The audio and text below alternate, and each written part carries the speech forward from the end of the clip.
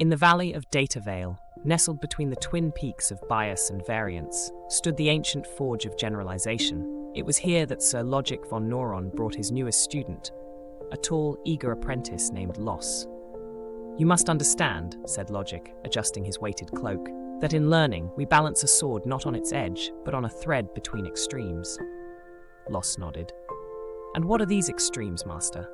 Sir Logik pointed to the twin peaks. "Bias, the mountain of simplicity. Variance, the summit of complexity. Climb too far toward either, and your model shall fall." They entered the Temple of Fit, where stone guardians, models past, stood frozen in various stances. The walls whispered, "Too shallow, too blind, too deep, too tangled." Sir Logik gestured toward two altars.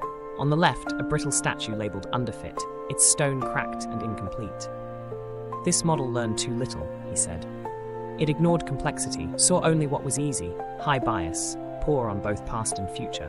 On the right, an ornate but crumbling figure, Overfit, covered in mirrors and noise. "This one memorized everything," Logik said gravely. "Every flicker in the data, even the lies. It learned the past perfectly and failed the future." Los reached out. "Which one must I become?" "Neither," said Logik. "You must find balance." They walked through the Garden of Epochs, where flowers bloomed in waves and wilted with each step. "Each pass through the data is an epoch," Logik explained. "Too few, and you learn too little.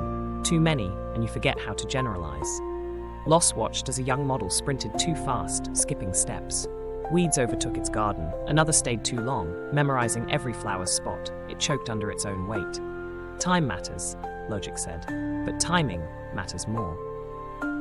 In a vaulted chamber, they unfurled the scroll of validation. It shimmered with results not from training, but from unseen lands. "To test without cheating," said Logik. "A true knight trains on one set, but proves worth on another." Los read the script. His face tightened. "Why do my scores differ?" "Because you have Overfit." He turned to another scroll. "And this, here you have Underfit." Los stared at both scrolls. "Is it ever perfect?" "Rarely," said Logik. "But the goal is not perfection. It is wisdom that generalizes." In the heart of the forge, on an altar of tempered data, lay the blade of bias variance. "Few wield it well," said Logik. "Too much bias and the blade dulls.